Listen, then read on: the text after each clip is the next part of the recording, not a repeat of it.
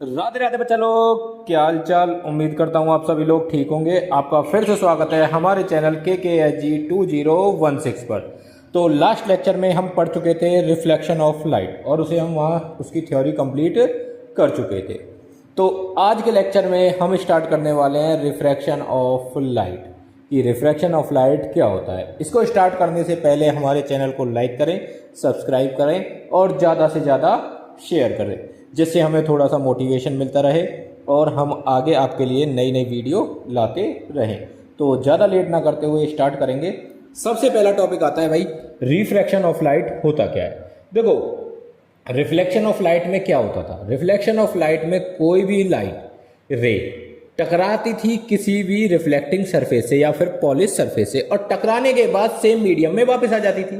पर यहाँ ऐसा नहीं होता। यहाँ क्या होता है, जब कोई भी लाइट, जैसे कि ये लाइट की रे दिख रही है आपको, ये लाइट की रे एक मीडियम में से दूसरे मीडियम में जाएगी। क्या होगा भाई, जब कोई लाइट रे एक मीडियम से दूसरे मीडियम में जाएगी और दूसरे मीडियम में जाने के बाद वो अपने पाथ से या तो थोड़ी इधर उधर चली जाएगी, या तो देखो एक होता है नॉर्मल, या तो नॉर्मल की तरफ मुड़ेगी या फिर नॉर्मल से दूर चली जाएगी। तो वही पूरी प्रोसेस हमारी क्या कहलाती है, रिफ्रैक्शन ऑफ लाइट। डेफिनेशन पढ़ते हैं, the change in the direction of light when it passes from one medium to another medium obliquely it is called refraction of light. इसे हम क्या बोलते हैं भाई, रिफ्रैक्शन ऑफ लाइट बोलते हैं। उसी तरीके से जब दूसरी डेफिनेशन पढ़ेंगे, इसी की दूसरी डेफिनेशन हमारी थोड़ी इस तरीके से भाई, the bending of light when it goes from one medium to another obliquely। obliquely का मतलब होता है थोड़ा सा सेम स्ट्रेट जाते हुए। obliquely ऐसा नहीं है कि टेढ़ी मेढ़ी जाएगी तो वो सीधी ही, पर थोड़ी सी बेंट होने के बाद, तो उसे हम क्या बोलते हैं, रिफ्रैक्शन ऑफ लाइट। उम्मीद करता हूँ इतना क्लियर होगा। अब उससे संबंधित कुछ टर्म्स है हमारी थोड़ी सी, जिन्हें हमें पढ़ना पड़ेगा और उससे हमें रिफ्रैक्शन और अच्छे से क्लियर हो जाएगा। सबसे पहली बात, जो रिफ्रैक्शन टेक प्लेस, यानी कि जो रिफ्रैक्शन होगा, देखो मैंने एक रेड लाइन खींची है, इस रेड लाइन को क्या बोलते हैं, यहाँ एक मीडियम है हमारी एयर, दूसरा मीडियम है ग्लास बोल लो या वाटर बोल लो, तो दोनों मीडियम के सरफेस जिस लाइन पर मिलते हैं उसी लाइन पर, यानी कि दोनों के मीटिंग सरफेसेज पर ही हमारा रिफ्रैक्शन हो। यानी कि देखो लास्ट में हमने पढ़ा था एंगल ऑफ इंसिडेंस, तो इंसिडेंट रे और नॉर्मल के बीच का जो एंगल होगा वो हमारा क्या होगा, एंगल ऑफ इंसिडेंट। तो उसी तरीके से एंगल ऑफ रिफ्रैक्शन क्या होगा, नॉर्मल और रिफ्रैक्टेड रे के बीच का जो एंगल बनेगा वो हमारा क्या होगा, एंगल ऑफ रिफ्रैक्शन होगा। उम्मीद करता हूं दोनों पॉइंट क्लियर होंगे। आगे चलते हैं। देखो वहां हमने पढ़ा था लॉ में क्या था, angle of incidence is equal to angle of refraction. यहां ऐसा कुछ नहीं है, जो एंगल ऑफ रिफ्रैक्शन है वो इक्वल हो भी सकता है और नहीं भी हो सकता, किसके, एंगल ऑफ इंसिडेंस के। अब आगे चलते हैं भाई, आगे क्या है, कॉज ऑफ रिफ्रैक्शन। रिफ्रैक्शन होता क्यों है, जो लाइट है, रे है, वो बेंड क्यों होती है, मुड़ती क्यों है, उसका रीजन है भाई। देखो अगर हम किसी एक स्पीड के साथ चल रहे हैं, चलते चलते अगर हमारे सामने कोई आ जाए तो थोड़ा सा हम मुड़ जाते हैं, स्पीड कम होती है, तो वही प्रोसेस यहाँ होती है। यहाँ क्या होता है, the refraction of light is due to the change in the speed of light on going from one medium to another medium. जो लाइट की रे होती है, जब वो किसी एक मीडियम में से दूसरे मीडियम में जाएगी तो वो क्या हो जाती है, उसकी स्पीड या तो क्या होगी, बढ़ जाएगी या फिर घट जाएगी। तो उसी चेंज इन द स्पीड की वजह से क्या होता है, रिफ्रैक्शन की प्रोसेस होती है। आगे बढ़ते हैं भाई, सेकंड पॉइंट हमारा, greater the difference in the speed of light. अगर किन्हीं दो मीडियम की स्पीड ऑफ लाइट में जो डिफरेंस है वो ज्यादा है तो वहां रिफ्रैक्शन भी हमारा क्या होगा, ज्यादा अमाउंट में होगा। यानी कि जो बेंडिंग ऑफ लाइट होगी, जो बेंडिंग ऑफ लाइट रेज होगी वो ज्यादा मात्रा में होगी। ऐसा नहीं है भाई, देखो जैसे कि ये हमारा नॉर्मल था, नॉर्मल से लाइन आई, सॉरी एक बार हो जाते, दोबारा से समझाते हैं इस चीज को। देखो भाई, ये हमारा कोई मीडियम था, ये हमारा इसका नॉर्मल था, यहाँ से लाइट आई इस तरीके से, लाइट रे आने के बाद वो बेंट हुई इस तरीके से। अगर इसके मीडियम और इसमें जो डिफरेंस है किसका, V1 माइनस V2, यानी कि जो उनकी लाइट की जो स्पीड है उसका जो डिफरेंस है अगर वो ज़्यादा है तो वहाँ रिफ्रैक्शन की प्रोसेस भी ज़्यादा मात्रा में होगी। ठीक है, आगे की तरफ बढ़ते हैं भाई। नेक्स्ट है हमारा रिफ्रैक्शन ऑफ लाइट की वेव थ्योरी है भाई, कि किस तरीके से हमें बताया गया कि वेव थ्योरी जो होती है, देखो दो तरीके की थ्योरी होती है, पार्टिकल थ्योरी और वेव थ्योरी। यहाँ हम जो रिफ्रैक्शन पढ़ रहे हैं वो कौन सी बेसिस पर पढ़ रहे हैं, वेव थ्योरी के बेसिस पे। सबसे पहला पॉइंट है the speed of light wave on one side of a beam of light changes a little before the change in the speed of light wave on its another side cause a change in direction। देखो होता क्या है, देखो जैसे ये beam of light है, ये जो येलो कलर की दिख रही है आपको, ये क्या है, हमारी बीम ऑफ लाइट है। अब बीम ऑफ लाइट बहुत से पार्टिकल से मिलके बनी हुई है, पार्टिकल से मिलके बनी हुई है। तो देखो जो ए पॉइंट है हमारा, ए पॉइंट पर जो लाइट है वो पहले एंटर करी किसमें, ग्लास स्लैब में। देखो मान के चलते हैं ये हमारा एयर मीडियम था, ये हमारा ग्लास मीडियम था। अब हमने देखा जो पॉइंट हमारा कौन सा है भाई, ए पॉइंट है। कहाँ है भाई हमारा पॉइंट ए, ये था। इस पॉइंट पर जो लाइट है वो जल्दी से एंटर करी, और जो बी पॉइंट पर है वो लाइट थोड़ा सा बाद में एंटर करी किसमें, ग्लास स्लैब में।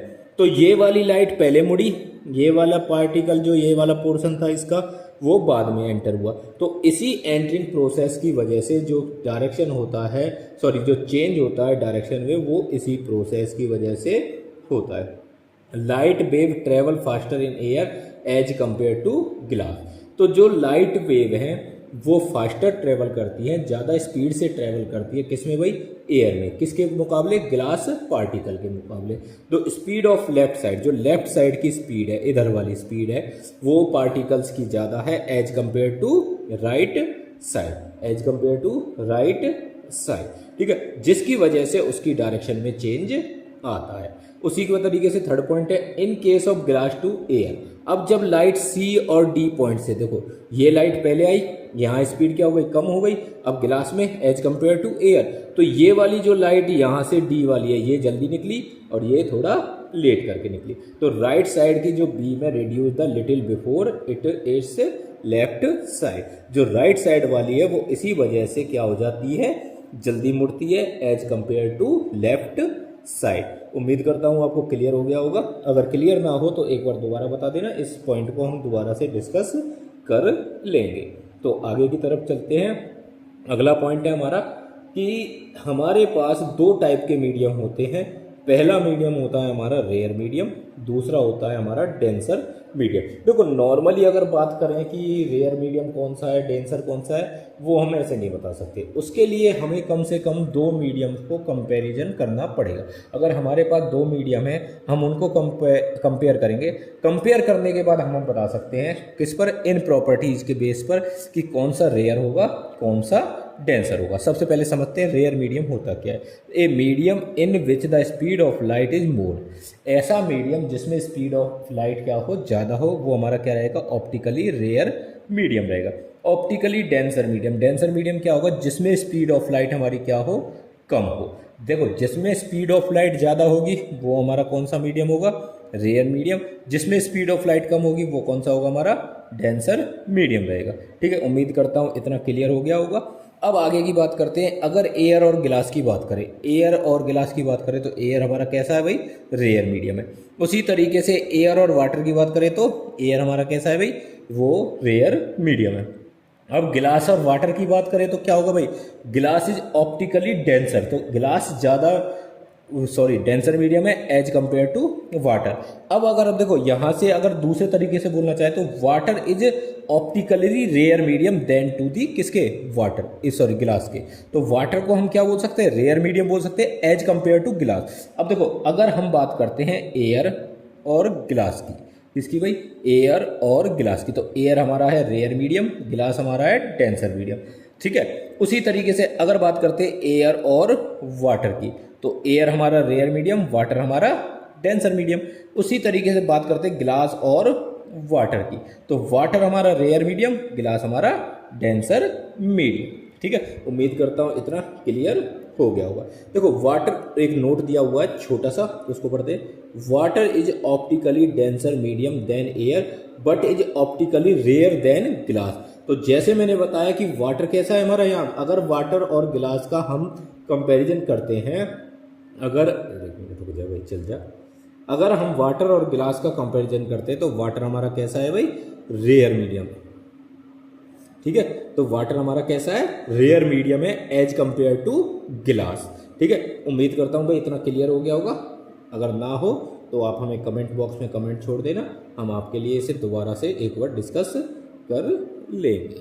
ठीक है भाई, अब थोड़ा सा स्पेशल केस है, ये याद रखने हैं, ये हमारे रिफ्रैक्शन को आगे हमें पढ़ने में मदद करेंगे। सबसे पहली बात, पहला केस क्या है, when light goes from rare medium to a denser medium then it bends toward the normal. तो देखो नॉर्मल सभी को पता है 90 डिग्री का एंगल है at the point of meeting, जहां पर हमारी इंसिडेंट रे उस मीडियम को, दोनों मीडियम के जो मीटिंग वो रिफ्लेक्टिंग सॉरी मीटिंग सरफेसेज है, उस पॉइंट पर जहां मीट करेगी वहां एक परपेंडिकुलर डालते हैं, तो वो हमारा क्या होता है, नॉर्मल होता है। ठीक है, अब उस नॉर्मल से अगर रेयर मीडियम में से डेंसर मीडियम में लाइट आ रही है, क्या बोला भाई मैंने, अगर रेयर मीडियम से डेंसर मीडियम में लाइट आ रही है तो वो उस नॉर्मल की तरफ थोड़ा सा झुक जाएगी। किधर झुक जाएगी, नॉर्मल की तरफ। अब इसी का उल्टा सेकंड केस है हमारा। सेकंड केस क्या कहता है, अगर लाइट हमारी डेंसर मीडियम में से कहाँ आ रही है भाई, रेयर मीडियम में। कहाँ आ रही है, डेंसर मीडियम में से रेयर मीडियम में। यहाँ क्या हो रहा था, टुवार्ड दी नॉर्मल, यहाँ क्या हो जाएगा, अवे दी नॉर्मल, यानी कि नॉर्मल से दूर वो चली जाएगी।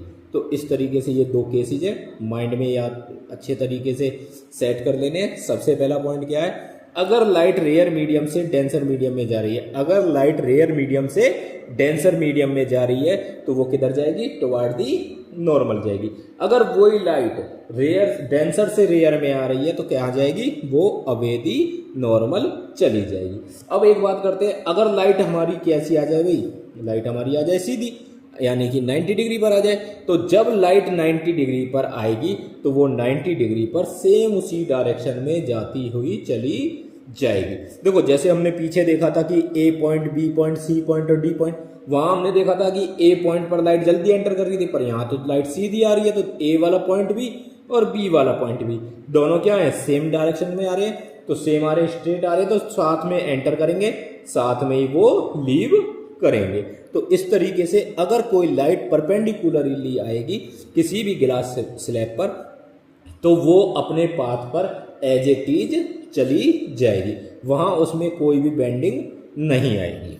ठीक है भाई, अब नेक्स्ट है हमारे इफेक्ट ऑफ रिफ्लेक्शन। रिफ्लेक्शन के इफेक्ट हम कहाँ देखने को मिलते हैं, देखो डेली लाइफ में हम नॉर्मली देखते हैं, देखो दूध वगैरह सभी पीते होंगे, अगर तुम कांच के गिलास में दूध पीते हो या नींबू पानी पीते हो, उसमें अगर स्ट्रॉ वगैरह डालते हैं, दूध में तो चलो नहीं दिखेगी, पर अगर वाटर में तुम स्ट्रॉ या चम्मच कुछ भी डालते हो तो वो तुम्हें इस तरीके से दिखेगी थोड़ा सा, जैसे ये पेंसिल दिख रही है ना। आज एक्चुअली में ऐसा नहीं है कि ये पेंसिल टूटी हुई है, पेंसिल टूटी नहीं है, बस इसका क्या है, ये रिफ्रैक्शन की वजह से हमें इस पॉइंट पर टूटती हुई दिख रही है। ये पॉइंट कौन सा है, पॉइंट बोलो या सरफेस का मीटिंग पॉइंट बोलो, क्योंकि ऊपर एयर मीडियम है, नीचे वही वाटर हो गया, ऊपर एयर है नीचे वाटर है, दोनों का मीटिंग है, तो यहाँ क्या हो रहा है, हमारा रिफ्रैक्शन हो रहा है। तो रिफ्रैक्शन की वजह से ही ये हमें इस तरीके से टूटी हुई दिख रही है। अभी कई बार तुमने देखा होगा कि सब पानी अगर साफ हो, उसमें कोई चीज हमारी गिर जाए, गिरने के बाद हमें वो क्या दिखती है, थोड़ा सा ऊपर की तरफ दिखती है, वो हमारा एक दूसरा इफेक्ट है किसका, रिफ्रैक्शन का। अब देखो यहाँ एक और एग्जांपल दिया हुआ कौन वाला, अच्छा एक एग्जांपल को अच्छे से पढ़ते हैं। Stick is emerge in water, एक पानी में डूबी हुई लकड़ी appear टू बी बेंट, हमें बेंट हुई दिखती है at the water surface, water surface पर। ठीक है, जैसे कि ये वाला एग्जांपल हो गया। An object place under the water appear to be raised, अगर कोई ऑब्जेक्ट पानी के अंदर डला हुआ है, देखो सभी के घर में बाल्टी होगी और एक नहाने वाला जो मग होता है वो होगा, उस मग को अगर तुम पानी में डालते हो तो वो तुम्हें सरफेस से थोड़ा सा ऊपर उठा हुआ दिखेगा, तो वही हमारे इसके एग्जाम्पल है। यानी कि एक तरीके से इफेक्ट भी बोल सकते हैं और एग्जाम्पल भी बोल सकते हैं हमें किसके, रिफ्रैक्शन के। तो इस तरीके से आज का लेक्चर यहीं फिनिश करते हैं। एक छोटी सी थॉट है आपके लिए, if you can dream it, if, एक सेकेंड भाई, इफ़ यू कैन ड्रीम, अरे रुक जा भाई कहाँ जा रहा है, if you can dream it you can do it, अगर तुमने कोई सपना देखा है, अगर वो तुमने देखा है तो तुम उसे पूरा भी कर सकते हो। तो अगर हम कोई सपना देखते हैं तो वो सपना चीज़ें हम वही देखते हैं जिन्हें हम कंप्लीटली फॉलो कर सकते हैं, यानी कि उन्हें हम प्राप्त कर सकते हैं। तो हमें हार नहीं माननी चाहिए। तो अगर आपको लेक्चर पसंद आए तो वीडियो को लाइक करें, अपने दोस्तों के साथ शेयर करें और चैनल को सब्सक्राइब करें। धन्यवाद।